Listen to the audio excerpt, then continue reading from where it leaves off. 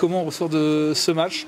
3-0, vous avez été pourtant solide par moment et bon, on sait ce que ça donne avec le PSG. Ouais, on est quand même satisfait parce que les filles ont respecté le projet de jeu et puis on a pu voir qu'on avait des valeurs et c'est de bon augure pour la suite. Est-ce qu'il vous rassure ce match par rapport à celui de la semaine dernière face au PFC?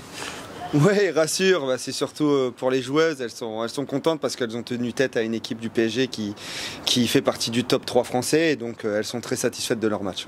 C'est rude, il y a eu des assauts, beaucoup d'assauts, elles ont beaucoup couru derrière le ballon, pourtant elles se sont montrées quelques occasions et paradoxalement c'est dans le temps fort du HAC à l'heure de jeu que le match est plié parce que vous prenez 2 buts coup sur ce fameux temps fort. Ouais, c'est bien, on arrive à se procurer des occasions. Ça, c'est une satisfaction sur le top 2, top 3, PFC, PSG. On arrive à avoir des occasions. Maintenant, il faut les concrétiser. En début de première, à la 21e seconde, on en a une. Et en début de deuxième, on en a une autre. Et en fait, le fait juste de marquer ces buts, ça nous permettrait de prendre encore plus de confiance, de se libérer. Et puis d'inverser le score et essayer de tenir encore plus tête aux équipes du haut de tableau. Et puis des points, il va falloir aussi en prendre parce que pour le moment c'est 3 matchs et 3 défaites. Voilà, comment vous le vivez ce passage?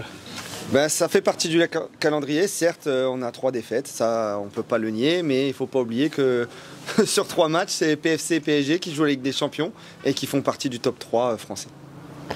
Une question justement par rapport au Paris Saint-Germain, le Guy qui vous a rejoint en prêt. Comment se passe justement son adaptation dans ce club? Très bien, Eden est une très bonne joueuse. Elle a toujours la banane quand elle vient à l'entraînement. Elle a soif d'apprendre. Ça, c'est très très bien pour une fille de son âge. Et elle a montré sur les 2 derniers matchs qu'elle va montrer qu'en D1 féminine, elle a sa place. C'est pas la première fois qu'une joueuse du Paris Saint-Germain est prêtée chez vous. Est-ce que c'est quelque chose qu'on va plutôt voir régulièrement sur le long terme? Puisque je pense que le Havre et le Paris Saint-Germain ont l'air de bien s'entendre sur la formation des jeunes joueuses. Ouais, les deux clubs sont pas très loin. À 1h30 de Poissy, il y a le Havre. Et puis je pense que il y a beaucoup de jeunes talents au PSG. Il y a beaucoup de jeunes talents au Havre. On est connu pour notre formation et notre post-formation.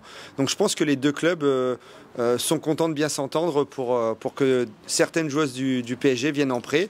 À l'image l'année dernière de Inès Ben Yahya qui est venue de Lyon et qui a prouvé tout son talent et qui maintenant fait partie de l'équipe première de l'Olympique Lyonnais.